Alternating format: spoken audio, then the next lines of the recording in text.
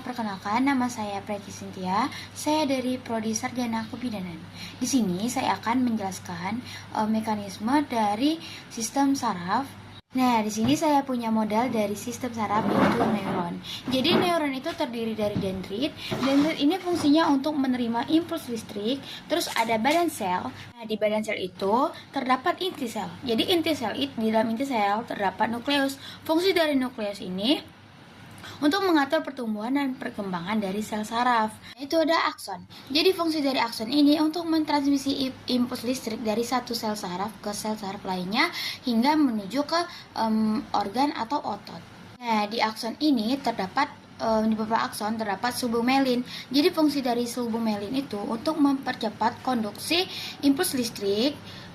Kecepatannya itu bisa mencapai 120 meter per detik. Nah, selanjutnya saya akan menjelaskan proses dari pergerakan jempol tangan.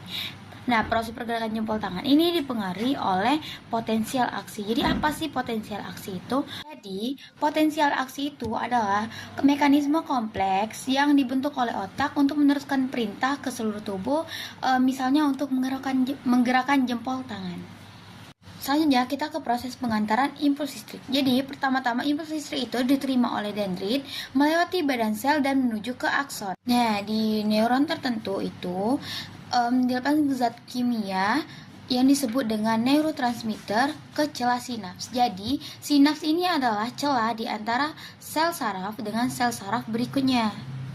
Nah, jadi zat kimia yang bernama neurotransmitter ini menghasilkan potensial aksi di sel saraf kedua sehingga impuls listrik dioper ke satu sel saraf ke sel saraf berikutnya. Akhirnya sel saraf terakhir menyampaikan sinyal ke otot yang bertanggung jawab untuk menggerakkan misalnya jempol tangan.